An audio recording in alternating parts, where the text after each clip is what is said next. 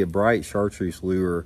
This is a color that really works in a diversity of conditions. I mean, it really surprises you how many different scenarios it works in as far as water clarity and sunlight conditions. So I want to go over in today's video the best conditions for it, when I like to use the chartreuse bait, and hopefully it'll help you guys catch some more good fish as well.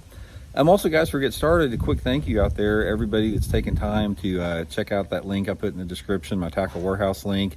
Man, if you guys are wanting to help out advanced bass fishing and you want to give something back to the channel for the tips, if you guys just use and bookmark that Tackle Warehouse link for all your fishing gear purchases, that's a big help. So big thank you from me and my family there.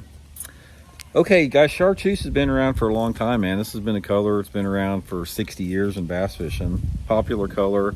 A lot of different scenarios where this thing works. And I sort of want to talk about when I use it.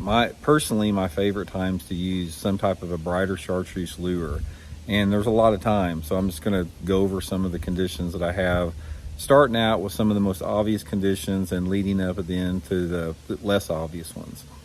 Okay, the first situation is pretty obvious for most people. A bright chartreuse lure is really good in dirty water.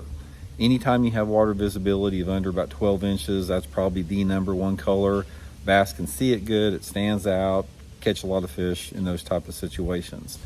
Now, you can also catch bass on chartreuse lures if the water is cleaner, all the way up to as clean as it possibly gets, depending upon two factors: the sunlight, or the light penetration in the water, and the species of bass that you're fishing. So let's say, for example, if you've got 3, 4, 5, 6, 7 foot of clarity in the lake, different gradations of clarity.